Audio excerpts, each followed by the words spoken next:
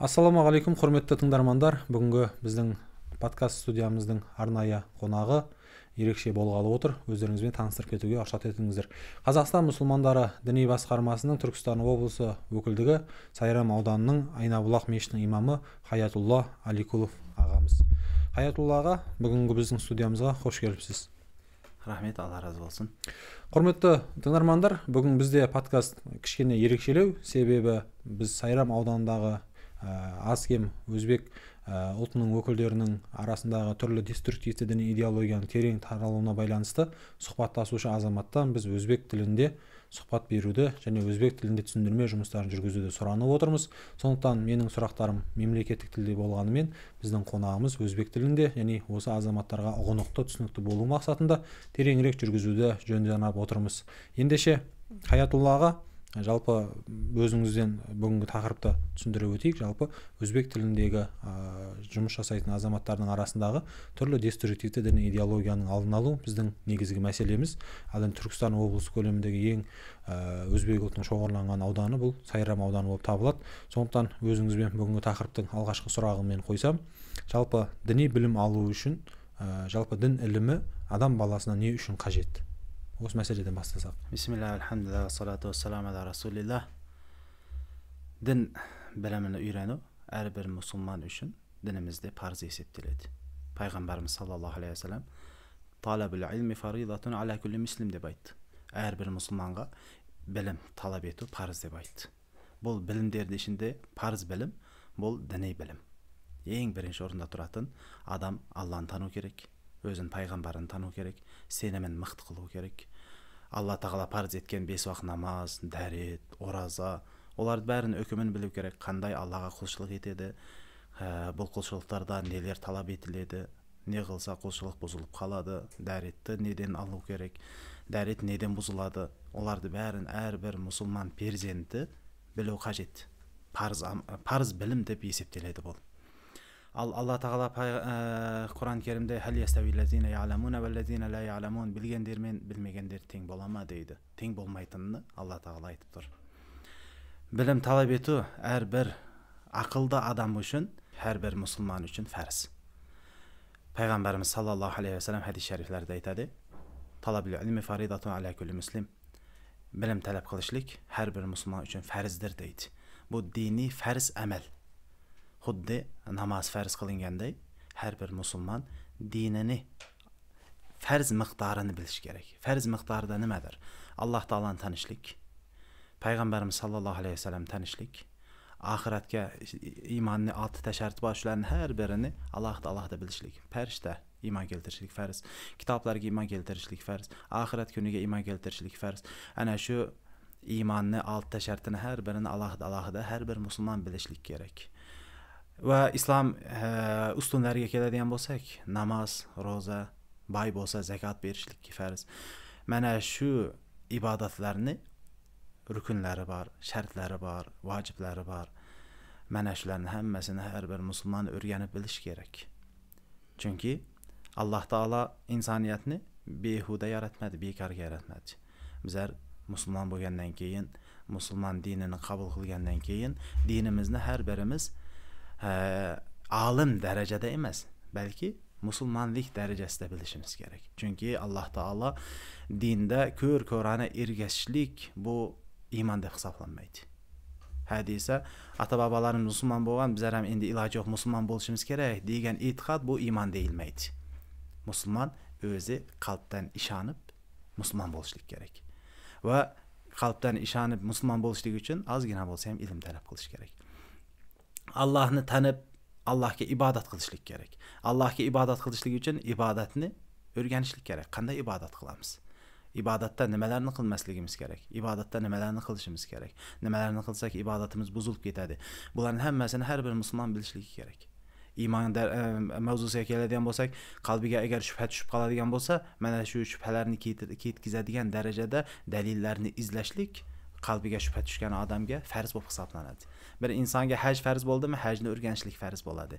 Zakat farz bo'ldimi, zakatni o'rganishlik farz bo'ladi. Balog'atga yetdimi, balog'atga yetgandan keyin g'usl olishlik, tahorat qilishlik, namoz o'qishlik, bularning hammasini batafsil bilishligi farz bo'ladi. ana shu ibodatni to'liq to'g'ri bajara oladigan darajada ilm o'rganishlik har bir musulmon uchun aslida farz hisoblanadi. Alloh taoloni tanib, qalbi shu iymonga, musulmonchilikka xotirjam bo'ladigan darajada ilmni o'rganishlik har bir musulmon uchun farz. Chunki bu din Allah'ın dini. Allah Teala Kur'an-ı Kerim'de inna dina indallahil islam.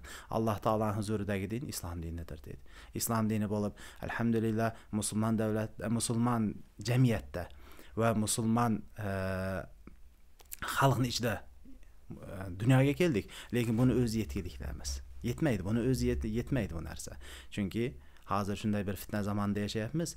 Peygamberimiz sallallahu aleyhi ve sellem aytganiday shunday bir qap-qarang'i tunni qarang'isi kabi fitna zamonlar keladi. Inson bolasi ertalab uyg'onganda musulmon bo'ladi, kechqurun kofir bo'lib qoladi. Kechqurun yotayotganda musulmon bo'lib yotadi, ertalab uyg'onganda yana kofir bo'lib qoladi. Dinini arzimagan dunyoga sotib yuboradi degan hadislar bor.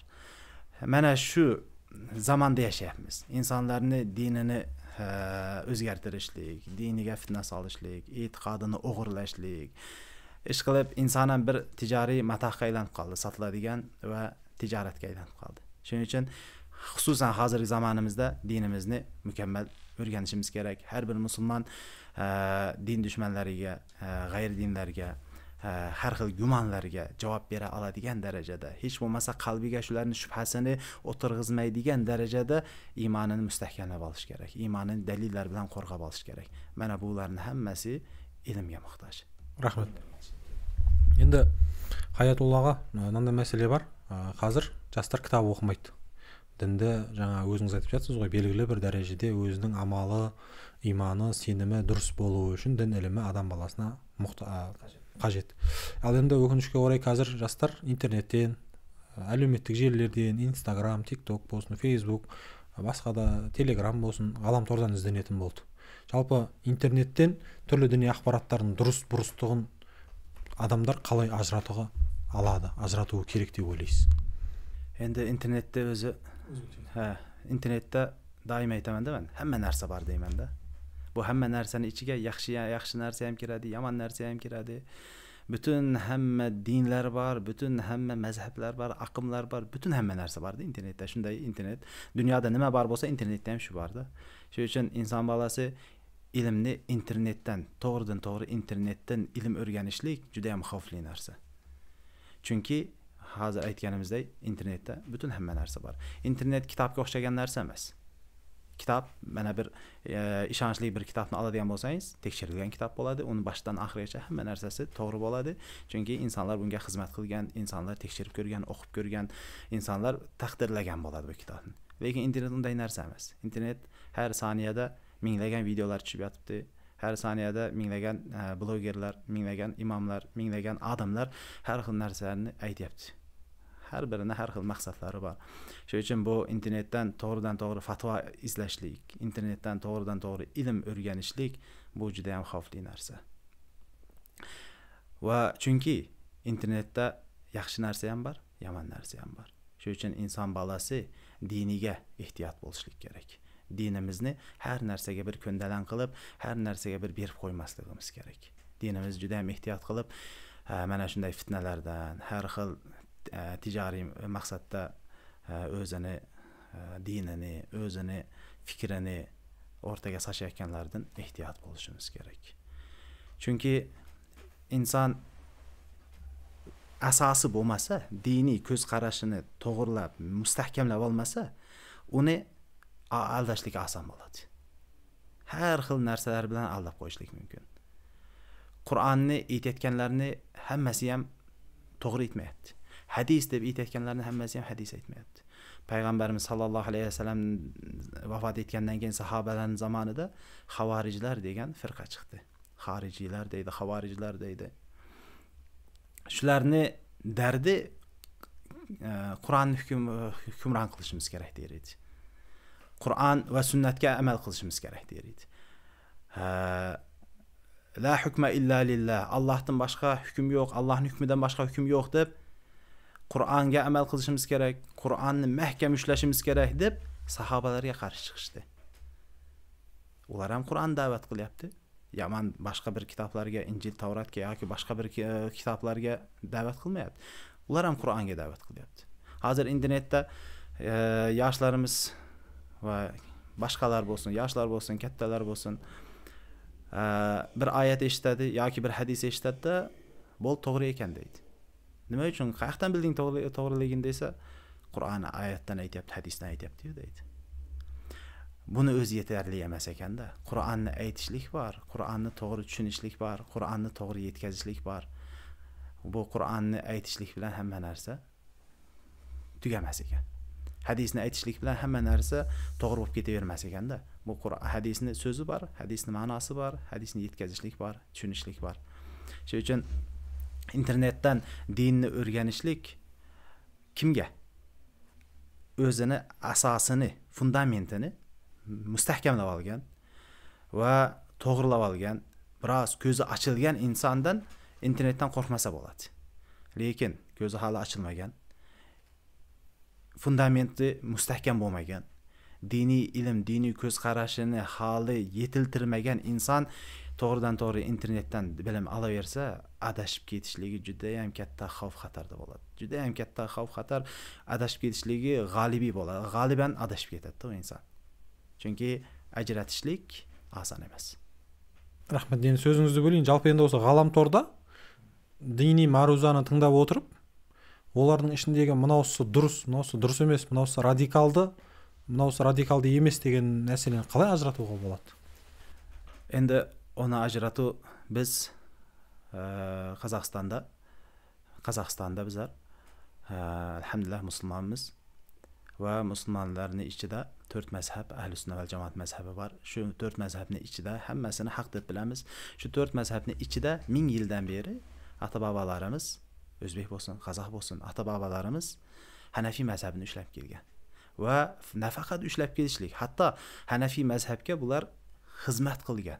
Kitapları yazışgan. Ve salmağı var, itibarga alingan, usul fiqhda bolsun, fiqhda bolsun, aqidada bolsun, Hanefi mezhebiga ve Maturidi aqidasiga katta hissalarini qo'shgan ata-babalarimiz. Mana shu O'zbek, Qozoq ata-babalarimiz o'z hissalarini qo'shgan. Mana shu internetga kirgan paytda o'zimizni ata-babalarimiz olib kelgan haq yo'l. Bütün dünya alimlari tan olgan 4 mezheb fiqhda, aqidada, Maturidi aqidasida gapirgan insonlarni ma'ruzasini tinglab, ishlarga ergashishlikka bo'ladi. Lekin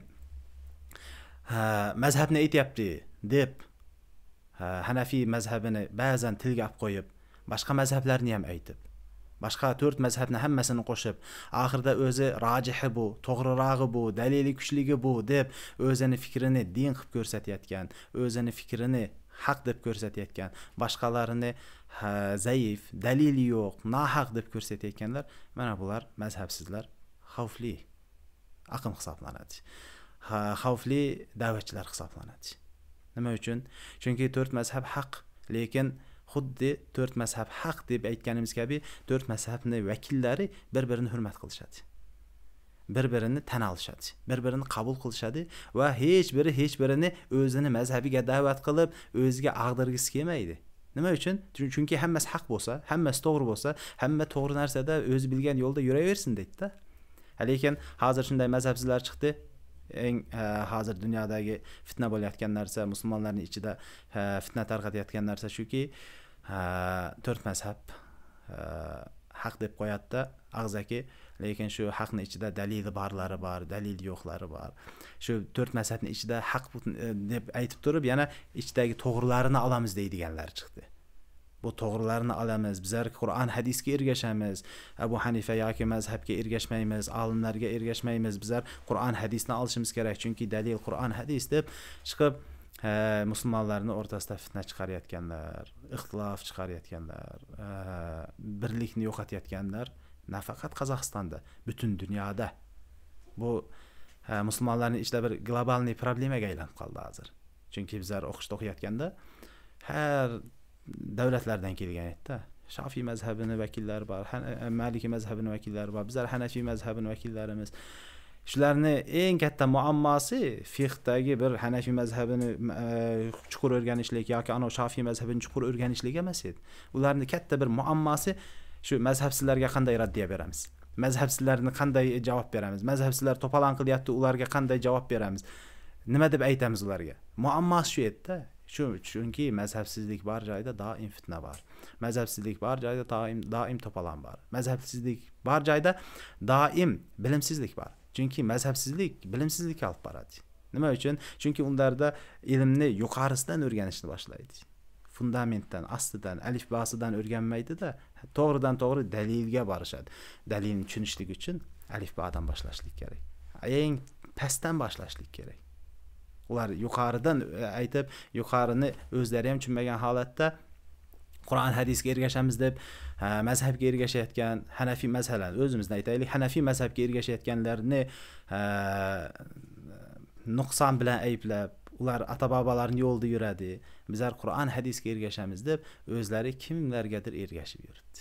Bizlar alhamdulillah Abu Hanifa rahimahullohga ergashyapmiz, lekin Abu Hanifa rahimahulloh ulug' bir mujtahid olim bo'lgan. Va Abu Hanifa rahimahulloh olimligini butun oxirgi 10 asr davomida butun hamma olimlar tan olgan.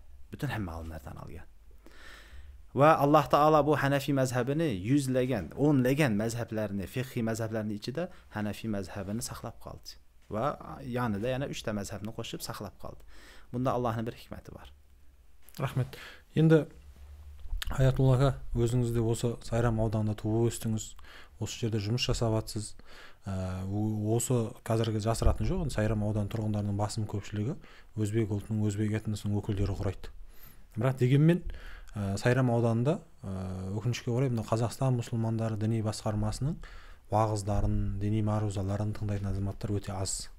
Оның ішінде өзбек тілді болғаннан кейін өзбек тілді уағызшыларды көптеп тыңдайды. Онда да сол Өзбекстанның рұқсат еткен діни басқарманың өкілдерін емес, Өзбекстанда туып өскен, бірақ қазір шетелдерде қашып жүрген, шетелдерде жасырынып жүрген, Түркиясы болсын, Мысыр, Саудиясы болсын, сол елдерде радикалды көзқараста уағыз насихат ататын азаматтардың уағыз насихаттарын көп тыңдайды. Бұның себебі неде деп ойлайсыз? Енді өзбек халық болған кейін әрбір халық вәкилі өзіні тіліде мәруза eshtishligi qalbiga yaqinroq bo'ladi. Chunki boshqa tilni chunki inson o'zin tilda fikr yuritadi deydi-ya.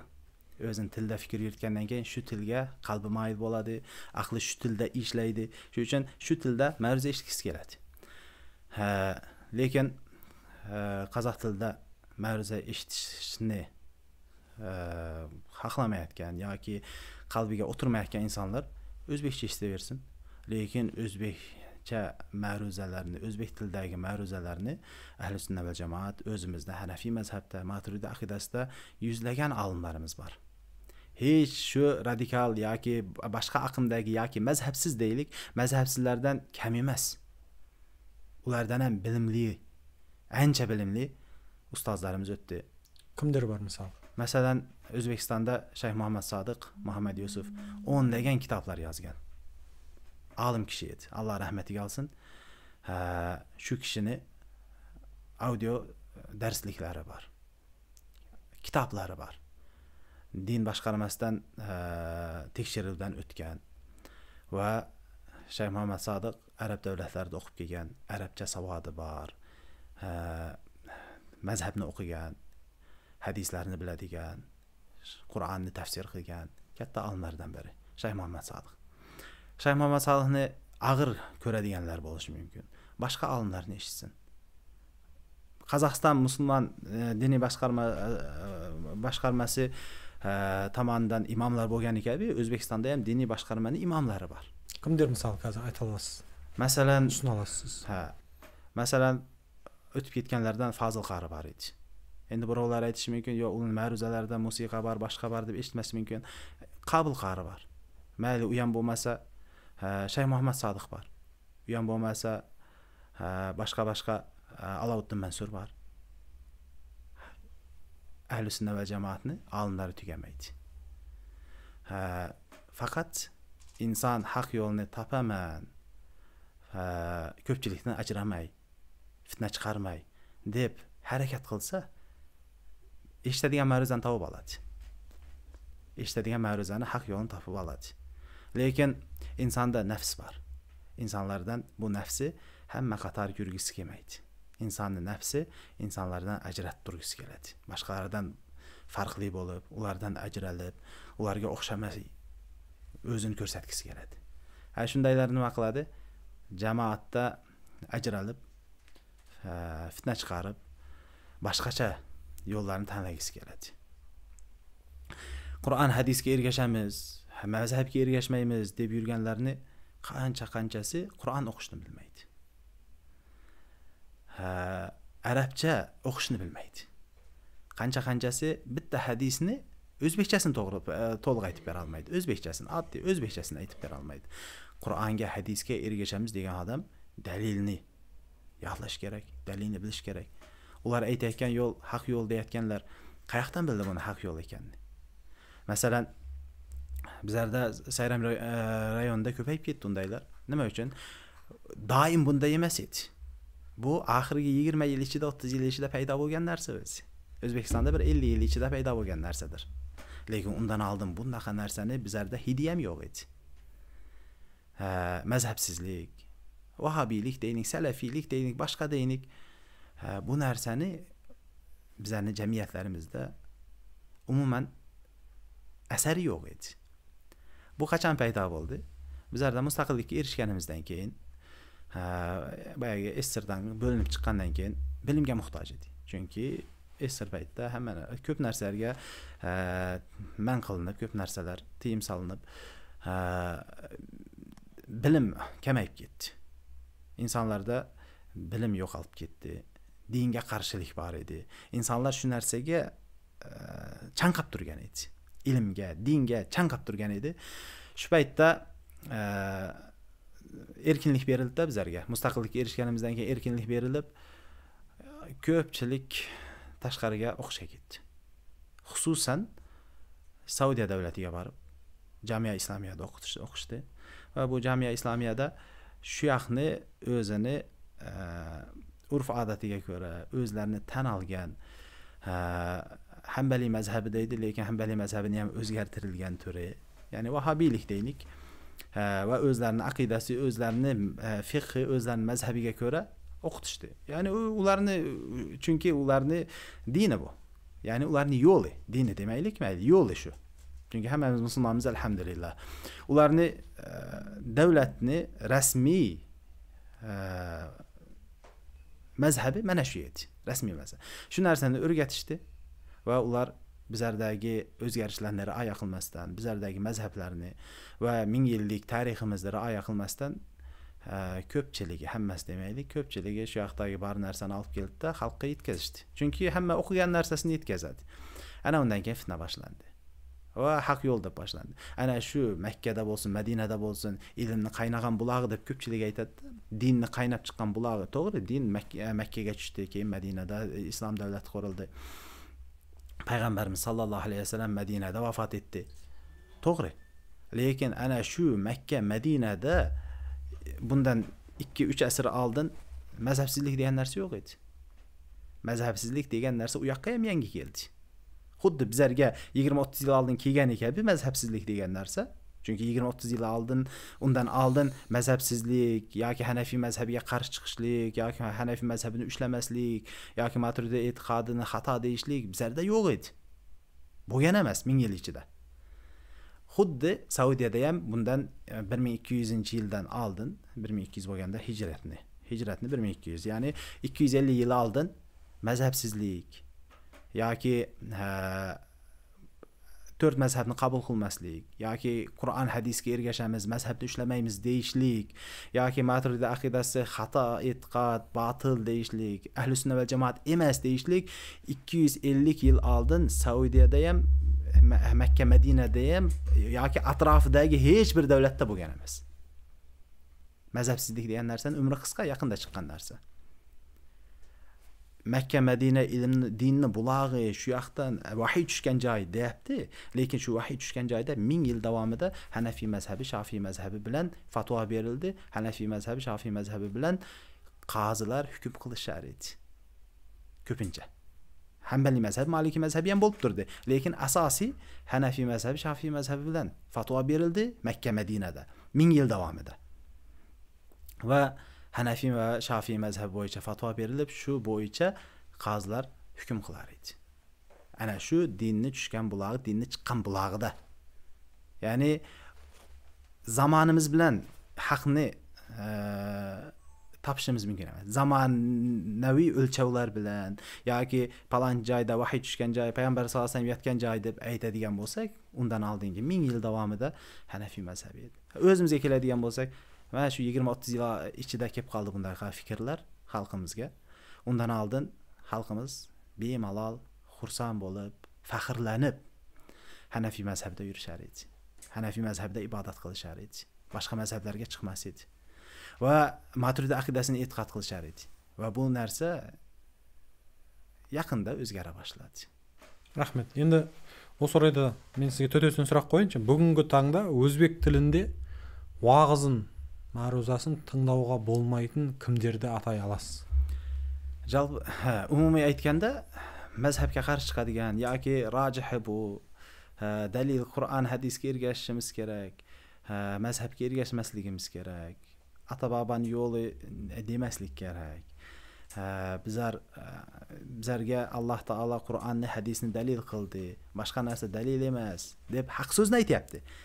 Haq so'z, chunki Qur'on va hadisdan boshqasi dalil emas. Abu Hanifa rahimahulloh so'zi dalil emas, hujjat emas.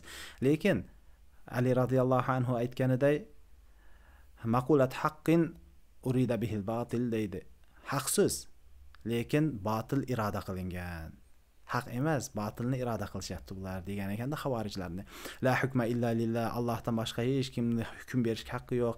Qur'ondagi hukmlarga ergashishimiz kerak degan so'zga haq so'z deydi. Lekin batil iroda qilingan, haqsizlik iroda qilingan. Ularda ham xuddi shunday. Qaysi bir olim bir mazhabda yurmasdan, mazhablararo munoqasha qilib, oxirida bitta fikrni rojih deb, mana shu haq so'z deb, mana shu to'g'risi, mana shu dalili kuchligi, boshqalarning dalili zaif, boshqalarda yurishlik yaxshi emas, yoki boshqalarda yurishlik dalilga ergashishlikka to'g'ri kelmaydi, yoki boshqa mazhabda yurishlik sunnatda yurishlikka qarama-qarshi deyotganlarning hammasi batil gapni aytayapti va ularni eshitishlik xavfli, xatarli. Chunki adashishlikka olib boradi. Shaxsiy olib aytadigan bo'lsak, masalan, Sodiq Samarqandi. Chunki u Misrda ham shu Mustafa Adaviy deganning shogirdi bo'lib, Shayx Mustafa Adaviy ham ana shu mazhabsizlikka, vahobiylikka chaqiradigan bir olim kishi. O'zini sohasida, o'zini mazhabida olim. Bizlarning ko'z qarashda emas, o'zini mazhabida olim. Ana shuni shogirdi Sodiq Samarqandi. Boyaginday mazhabga qarshi, Maturidi aqidasiga qarshi va bu qarshilik menga shaxsiy o'zimga dushmanlik emas, bu butun ummatga qarshilik. Chunki ummatni deyarli hammasi Ash'ari Maturidi bo'lib keldi. Va buni o'zlari ham tan oladi. Kitoblarida, masalan, Safarul Havali ummatning ko'pchiligi, olimlarning ko'pchiligi Ash'ari Maturidi bo'lgan, Ash'ari Maturidi deb o'zi ham tan olyapti. Safar al-Havalini Ash'ari mazhabiga raddiya deb yozgan risolasi bor, kichkina kitob. Ana shu kitobda tan olyapti Safar al-Havali degan olim, Vahabiy Saudiyaning olimi. Shu kishi Ash'ari Maturidilarni ummatni g'olibi, ko'pchiligi Ash'ari Maturidi deb tan olyapti. Oxirgi zamonlarda, mana shu kunlarda internet olamida juda ham katta bir muammo yuzaga keldi. U ham bo'lsa, shu mazhabsizlarning ichida, salafiylarni, vahobiylarni, ishqilib mazhabsizlarning ichida Imom Navaviy rahimahulloh Ash'ariymi yoki Ash'ari emasmi degan muammoni ko'tarishdi. Imom Navaviy Shafi'i mazhabining olimi va Ash'ari e'tiqodida shu e'tiqodda yashagan, shu e'tiqodda dunyodan o'tgan katta olim hisoblanadi. Mana shu olimni mazhabsizlarning o'zi ba'zilari isqot qilyapti, ya'ni yo'qqa chiqarib yuboryapti, adashgan deyapti. Shunday bir jur'at bilan. Sal muloyimlari esa aytishga adashgan deb aytishlikka, bid'atchi deb aytishlikka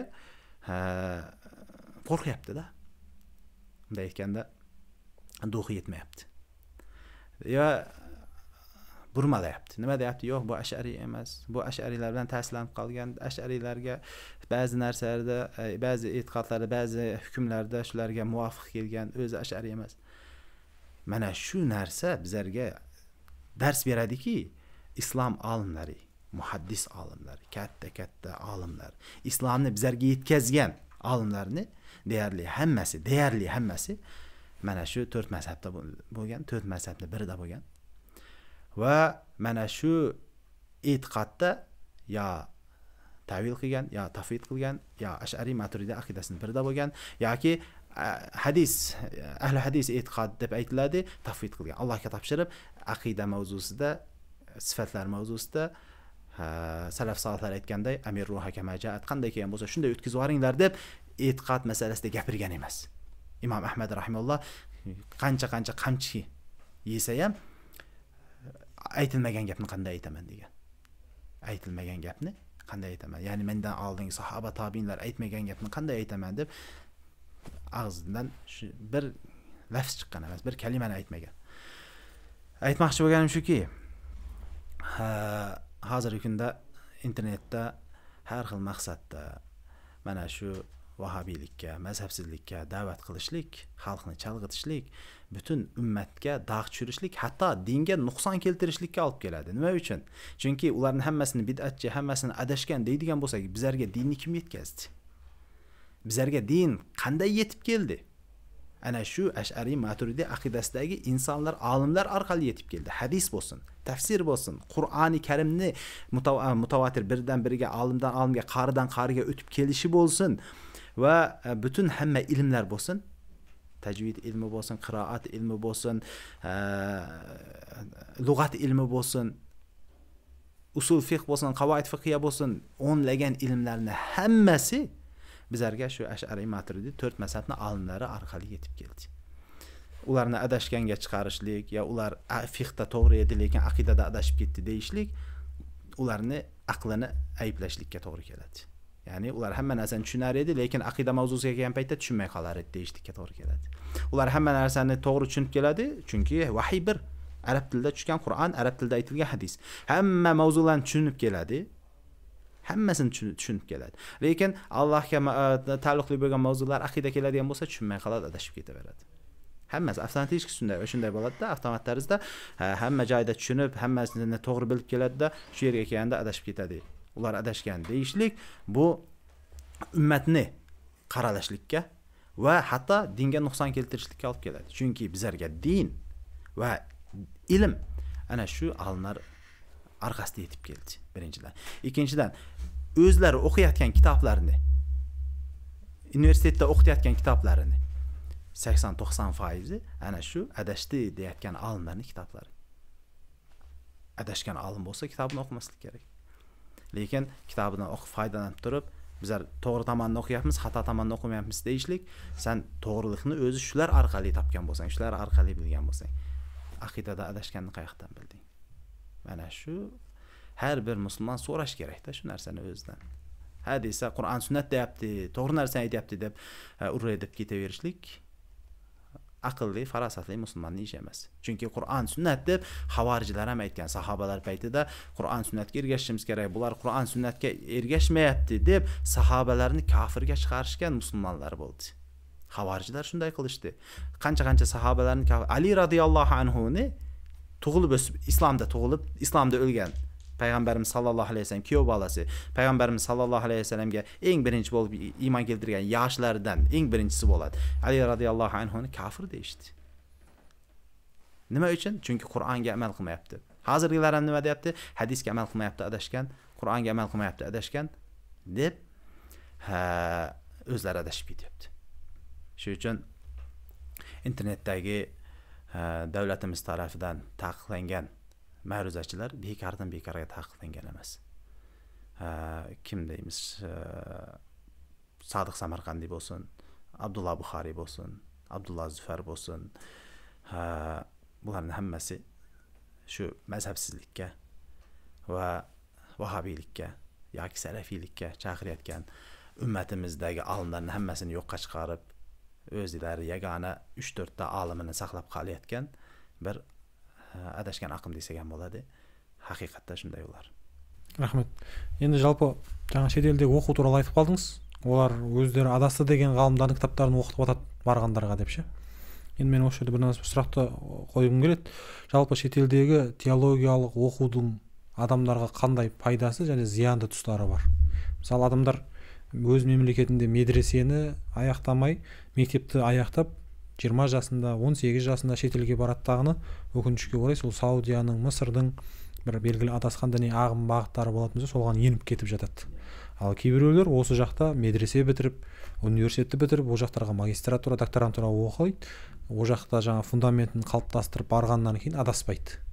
Мына осы мәселелерге қатысты шетелдегі теологиялық оқу орындарының қауіптілігі туралы да біраз ақпарат беріп өтсеңіз. Білім талап қылышлықны шартлардан біттесі ғұрбат дейді. Ғұрбатқа бармастан толық білім алышлық мүмкін емес. İlim öğrenişlik için lahu tağarrab, yani o için gurbetke var, yol geçecek, sefer kıldıydı. Şu için Peygamberimiz sallallahu aleyhi ve sellem hadis-i şerifte aytadi: "Men seleke tariqan yeltemisu fihi ilmen, sahhalallahu lehu tariqan ilal cennet." Kimde kim ilim yoluga chiqadigan bo'lsa, Alloh taolo uni cennet yolunu unga oson qilib qo'yadi deydi. Ilim yolga chiqishlik, ya'ni safar. Musa alayhissalom Hizr alayhissalom bilan uchrashib ilm o'rganishlik uchun yana safarga chiqdi. Dengizga bordi, dengizda alomat berdi, falan joyga borasan, shu yerda topasan. Hizr alayhissalom bilan uchrashdi. Ilm uchun inson safar qilishlik kerak. Ana shunda to'liq ilm oladi. Lekin boya aytganimizdek, internetni o'zini inson fundamentini mustahkam qilib olishdan oldin internetdan ilm o'rganishligi juda ham xavfli dedik. Xuddi shunday o'zini fundamenti bo'lmasdan turib, o'zini ilmi bo'lmasdan, ko'z qarashini mustahkam qilib olmasdan chet elga borib to'g'ridan to'g'ri ilm o'rganishlik ham juda ham xavfli, xatarli. Chunki internetda har xil narsalar bo'lgani kabi, chet davlatlarda ham har xil narsalar bor. Hammasi adashib ketadi deya olmaymiz. Balki birovni Alloh taolo hidoyat qilib to'g'ri yo'lga kirib ketadi. Lekin xavfli. Xavfli. Chunki borib boshqa aqmlarning madrasalarida yoki u yoqdagi rasmiy madrasalar bo'lsa ham bizlarning madrasalarimizga yoki ahli sunnatga to'g'ri kelmaydigan yoki bizlarning e'tiqodlarimizga to'g'ri kelmaydigan e'tiqodlarni o'qib ketayotgan yoshlarimiz qancha. Shuning uchun bu yerda birinchi ozgina bo'lsa ham o'qib, o'rganib, fundamentini mustahkamlab olib keyin borishlik kerak. Chunki fundamenti, ko'z qarashi va ozgina bo'lsa ham ilm olib, o'zini e'tiqodi, o'zini ko'z qarashini qo'rg'ay biladigan, har xil shubhalar bilan shubhalarni qarshisida erib ketmaydigan darajada bo'lib olib keyin boradigan bo'lsa, u yoqda ilmni foydalanadi, to'g'ri tomonidan foydalanadi. Egri tomonlari bo'lsa, xato tomonlari bo'lsa, chetlanib o'tib ketaveradi. Bu birinchidan. Ikkinchidan, ana shu chet davlatlarda ham o'zimiz ahli sunnat va jamoatga burundan kelayotgan ahli sunnat va jamoatning e'tiqodiga to'g'ri keladigan, 4 mazhabni o'qitadigan ilmiy maskanlar bor.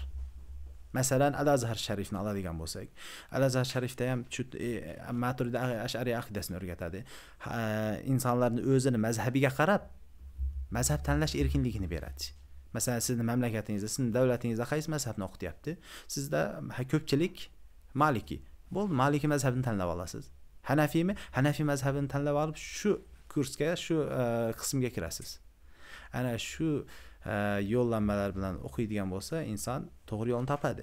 Lekin hozirgi bizlarda chet elga borib o'qiyotganlarning ko'pchiligi, norasmiy ketayotganlarning ko'pchiligi nima qiladi? Boradi degan ana shu rasmiy o'rinlarda yoki ahli sunnat va jamoatning mazhablari maskanlarida, universitetlarda, institutlarda o'qimasdan borib ozgina ters aqimlardagi kurslarga kirib, til o'rganib, 4-5 hadis yodlab yoki 2 soat dars o'rganib, hatto umraga borishyapti-da, Madinada 30 kun bo'lib olim bo'lib ketishyapti. Nimaga? 30 kunda kim olim bo'ladi? Hammasi ilmsizlik. Chunki chuqur ilm o'rgangan odamni Alloh taolo hidoyat qiladi. Ilm insonni adashtirmaydi. Lekin sayozlik, ilmdagi sayozlik insonni adashtiradi. Inson ozgina o'qiganda o'zini olimman deb o'ylab qoladi. Hamma narsani bildim deb o'ylab qoladi. Men bilgan narsa to'g'ri deb o'ylab qoladi. Ana undan keyin yana ham chuqurroq, yana ham ko'proq o'rganib chuqur ketsa ilmda, ana atrofni keng ko'ra boshlaydi va haqni nohaqdan, to'g'rini xatodan ajrata boshlaydi. Hozir Misrda, ayniqsa Misrda borib Al-Azharni adashgan, xato deb boshqa joyda o'qiyotganlarning ko'pchiligi ana shu aqmlarda o'qib kelyapti. Vahobiylikni, mazhabsizlikni o'qib kelyapti. Radikallik, ba'zilari radikal bo'lib kelyapti. Hammani atrofdagi hammani inson deb ham ko'rmay, ularni adashgan deb, do'zaxda deb aytayapti. Menga o'zlari ham aytishdi. Sizlar do'zaxdasizlar dedi. Sizlar shunday firqasizlar, sizlar do'zaxdasizlar. Bu hech bir musulmon ayta olmasligi kerak. Birovga jannat bilan kesishlik, do'zax bilan kesib aytishlik, sen do'zaxsan, sen jannatiysan deb aytishlik hech kimni imkoniyatdagi narsa emas u. Payg'ambarimiz sallallohu alayhi vasallam huzurida bir ayol kishi aytgan ekanda, Usmon ibn Maz'un radhiyallohu anhu vafot etganda, "Hani annaka bil jannat, jannat muborak bo'lsin" desa, sahobiyga aytayapti. Payg'ambar sallallohu alayhi vasallam qayerdan bilding degan ekan. Urush bergan ekan. Qayerdan bilding sen? Unday deb aytmadi. Payg'ambarimiz sallallohu alayhi vasallam jerkib bergan ekan. Shuning uchun palon jamoat adashgan do'zaxda deb kesib aytishlik juda ham qiyin narsa. Va xususan bu jamoatni 1000 yillik tarixi bo'lib, 1000 yilning ichida butun olam tan olgan bo'lsa, ahli sunna va jamoatni shular tashkil etgan bo'lsa, juda ham qiyin narsa. Va aytamanki, ahli sunna va jamoat deganni hozir hamma bizlar ahli sunna va jamoatmiz deb aytaveradi. Lekin bundan oldingi 10 asrda ahli sunna va jamoatni 4 mazhab va Ash'ari Maturidiylar tashkil qilar edi. Ahli sunna va jamoat deganda faqat Ash'ari Maturidi emas, ahlul asar, ahlul hadisni aqidasi ham bo'lgan, lekin ahlul hadis ahlini aqidasini to'g'ri tushunishmayapti hozir. Ular aqidaga kirmas edi. Qanday kelgan bo'lsa shunday o'tkazinglar.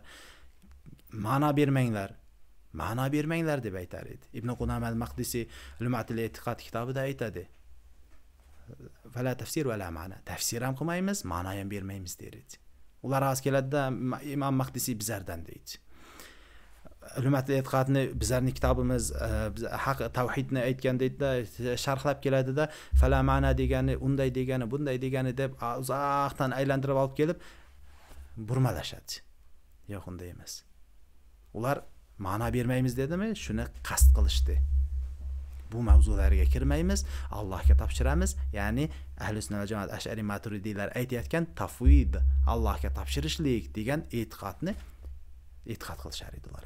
Lekin hozirgilar isbot qilishimiz kerak, zohiriy olishimiz kerak, fiqhiy masalada bo'lsin, aqida masalasida bo'lsin, zohirini olishimiz kerak, chunki Alloh taolo bizlarga tushunmaydigan narsani tushirmagan deb insonlarni sayozlik bilan aldab qo'yapti-da. Nima uchun vahobiylik va mazhabsizlik keng tarqalyapti? Chunki bu yo'lda sayozlik bor. Ya'ni ommani aqliga juda ham yaqin. Ya'ni hamma tushuna oladi, hammani aqli yetadi. Bizlar aqidamizda aytadigan bo'lsak, insonlarga sal og'ir botishi mumkin. Insonlar tasavvur qila olmashi mumkin.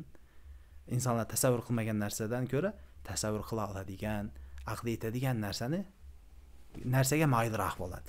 Shuning uchun vahobiylik, salafiylik, mazhabsizlik keng tarqalib boryapti. Hozir sizga aytsam, Qur'on hadisga ergashasam, desam, ha, ergashaman, chunki Allohning kitobi, payg'ambarimiz so'zni. Ha, bo'ldi, unda Qur'on hadisga ergashib yuraver desam. Yo'q deysizmi? Yo'q demaysiz. To'g'ri aytyapsan deysiz, bo'ldi. Osongina-da. Lekin Sufyan as-Savri rahimahulloh aytadi, al-ahadisu mudillatun illa liman faqaha deydi. Sufyan Savri atba tabiinlardan olim kishi, muhaddis kishi, faqih kishi, shu kishi aytadi, hadislar adashtiruvchi deydi. Hozir aytib ko'ringchi biriga, hadislar adashtiruvchi degan ekan, salaf solihlardan bittasi dengchi. Bu bir Sufyan Savridan emas, boshqa olimlardan kelgan. Ko'pchilik olimlar aytadi, hadislar adashtiruvchi deydi. Illa liman faqaha, tushungan odamni adashtirmaydi deydi. Agar hadislarni tushunmaydigan bo'lsak, to'g'ri tushunmaydigan bo'lsak, adashtiruvchi. insonni adashtirib qo'yadi. Chunki u to'g'ri tushunmadi. Oyatlarni, shunday oyatlar bor, agar zohirini oladigan bo'lsak, dindan chiqib ketamiz. Alloh saqlasin. Shunday oyatlar bor. Zohirini qanday kelgan bo'lsa, shunday ma'nosini perevod qilib, tarjima qilib, to'g'ridan to'g'ri oladigan bo'lsak, dindan chiqib ketamiz. Shunday oyatlar bor. Alloh taolaga nuqson beradigan, zohiri nuqsonni anglatadigan oyatlar bor. Ularni to'g'ridan to'g'ri tushunishga bo'lmaydi. Ularni olimlarning fahmiga qarab tushunishligimiz kerak. Shuning uchun Qur'on hadisga ergashish kerak degani, to'g'ri Qur'on hadisga ergashish kerak. Kim ijtihod darajasiga yetgan katta olimlar, Abu Hanifa, Imom Shafi'i, shunga o'xshagan katta olimlar Qur'on hadisga ergashish kerak edi, ergashdi. Endi bizlar ana shu Qur'on hadisni bizlarga yetkazib bergan, taqsimlab bergan, tushuntirib bergan insonlarga ergashishimiz kerak.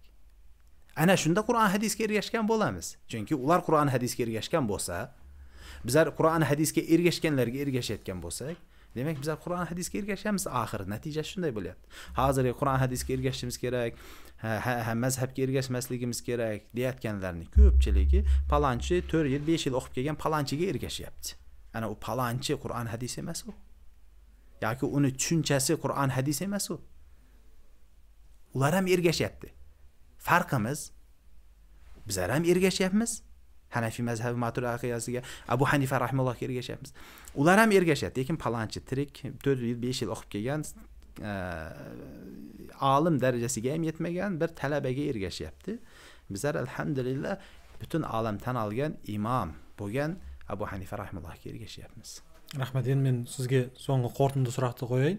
Жалпы elimizde internetten va'z nasihat tыңдаймын деген адам Қазақстан мұсылмандар діни басқармасының кімдерін, қандай өкілдерін аты жөнмен атап, мына кісілерді тыңдауға болады деп айта аласыз? Мен өзім мәруза тыңдайдыған болсам, арабша мәруза тыңдаймын. Әhl-сүнна вәл жамаат итиқадта 4 мәзһәбне бірдей жүрген, haq yolda yürüyen alimlerini işleme. Arapçasını işlemen lekin. Çünkü meni ta'limim Arapça bo'ldi, savadım Arapça bo'ldi. O'zbekcha, qozoqcha ma'ruza tinglamayman desam ham bo'ladi. Lekin muftiyatdan kelgan, muftiyatimiz tasdiqlagan ko'pgina olimlarimiz bor. Rizabek ustoz bor, Ersin ustoz bor, Arman Quvonishbayev bor. Shunga o'xshagan har xil dars berayotgan, muftiyatda ishlayotgan olim kishilar bor. Azharni bitirib kelgan yoki boshqa davlatlarda universitetlarni bitirib kelgan, arabcha savodi bor, arabchani biladigan. Nima uchun arabchani bilishlikni aytyapman men? Chunki din arab tilida keldi. Dinni puxtaroq o'rganishlik uchun arabcha bilishlik kerak. Hozir shu salafiy vahobiy mazhabsizlarga ham aytaman-da, sizlar Qur'on hadis arabcha bo'lsa, qanday tushunyapsizlar arab tilini bilmay turib? Uni tushunishlik mumkin emas. Nima qilyapti? Tarjimasiga bor, o'zbekcha, qozoqchasiga boryapti, shu orqali tushunyapti. U Qur'on emas, u Qur'onni bir tafsirini, tarjimasi u. Siz tarjimasiga qarab hukm chiqarishligingiz to'g'ri bo'lmaydi. Chunki arab tilini bilmasdan turib, Qur'on hadisdan hukm chiqarishlikka bo'lmaydi. Birinchi mujtahidning sharti arab tilini mukammal bilishlik kerak. Shuning uchun men bu narsaga ko'proq e'tibor beraman-da, arab tilini biladigan, o'qib kelgan ko'pchilik o'zimizda Qozog'istonda olim yigitlar bor. Shularni eshitib, shular bilan qanoat qilsa bo'ladi. Endi qozoqcha eshitaman desa, yo'q, men qozoqchani tushunmayman, qozoqchaga qalbim qanoat qilmaydi, xotirjam bo'lmayman desa, O'zbekiston muftiyatida ishlayotgan yoki ishlab o'tgan, shular tasdiqlayotgan, shular ruxsat bergan olimlarni eshitsa, shuni o'zi kifoya. Ilm o'rganaman, haqiqatni bilaman, dinni eshitgim kelyapti, dinni o'rgangim kelyapti degan insonga shuni o'zi kifoya. Endi ulardan ham ko'proq o'rganib, ulardan ham oshib ketsa, unday asta-sekin kitoblarni o'qisin. Hozir arab tilini ko'p kitoblari tarjima qilinib qo'yilgan. Kitoblar o'qisin. U ham bo'lmaydigan bo'lsa, ulardan ham o'tib ketsa, unda tashqi chetki davlatlarga borib o'qib kelsin yoki o'zimizda Nur Muborakka borib o'qisin, madrasalarda savod ko'rsin. Lekin hadisa palonchi yaxshi gapiryapti, Qur'on hadisdan aytyapti, haqni aytyapti deb o'ylashlik bu sodda fikrlashlikda. Xuddi xavorijlar Qur'onni aytganiday, Qur'onni aytishlik bilan Qur'onni tushunishlik boshqa, hadisni aytishlik bilan hadisni tushunishlik boshqa. Shuning uchun inson dinini ehtiyot qilishlik kerak. Har kimga bir amal qilib topshiravermaslik kerak. Men insonlarga amma insonlarga ajablanaman-da, qanday sen diningni Allohga olib boradigan yolg'iz bir omonating bor. Jannatga kirishga bir kalting bor, din degan. Uni qanday bir insonga topshirib qo'yassan? Qanday shunga ishonib topshirib qo'yding? Ular ham aytishi mumkin, sen qanday ishonib topshirib qo'yding?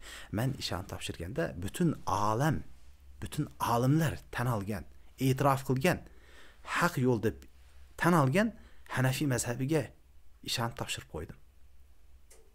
Olimlardan bittasi aytgan ekan, kimda kim ibodatda Alloh bilan o'zining o'rtasida ibodatda Abu Hanifa rahimullohni yo'lini tanlaydigan bo'lsa, ehtiyotni qo'ldan bermagan bo'ladi degan ekan. Ya'ni Hanafiy mazhabda ibodat qilgan odam haq yo'lda ibodat qilibdi Alloh taologa, chunki juda ham mustahkam deyapti-da. Shunga o'xshab men shu hozirgi yoshlarga ajablanaman-da.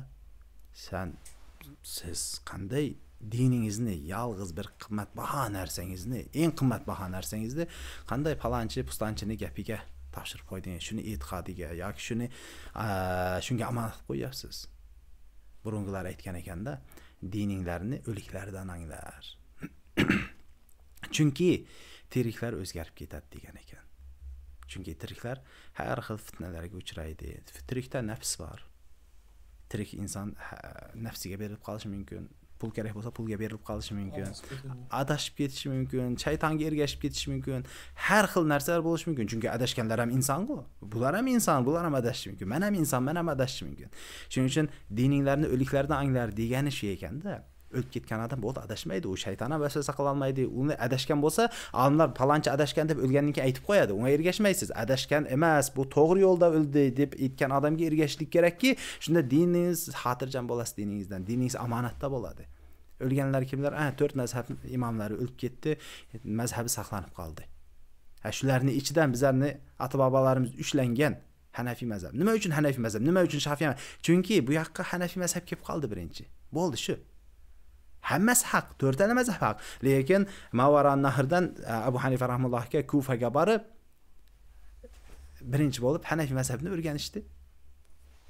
Shu uchun Hanafiy mazhabi bilan ota-bobolarimiz dinni ushlab kelishdi. Haq yo'lni ushlab kelishdi.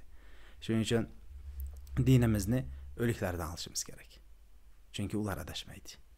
Adashganni bayon qilib qo'yishdi, adashgan joyini. Rahmet Hayatulloh Alikulov mirza bugungi bizning studiyamizning qonog'i bo'ldi. Sizga ulkan rahmet. Bizning mынау o'tinishimizni qabul olib, vaqtingizni bo'lib, arnay mынау o'zbek tilli auditoriya uchun arnay kontent tayinlauga qo'l uchun berganingiz uchun sizning mынау ma'noli, mazmunli suhbatingizga ulkan alg'isimizni bildiramiz. Alloh rozi bo'lsin. Hurmatli ko'rmanlar, o'smen bizning bugungi podkast jobamiz tamam. Kelesek podkast jobasida кездескенше amon sog' bo'lib turingizlar.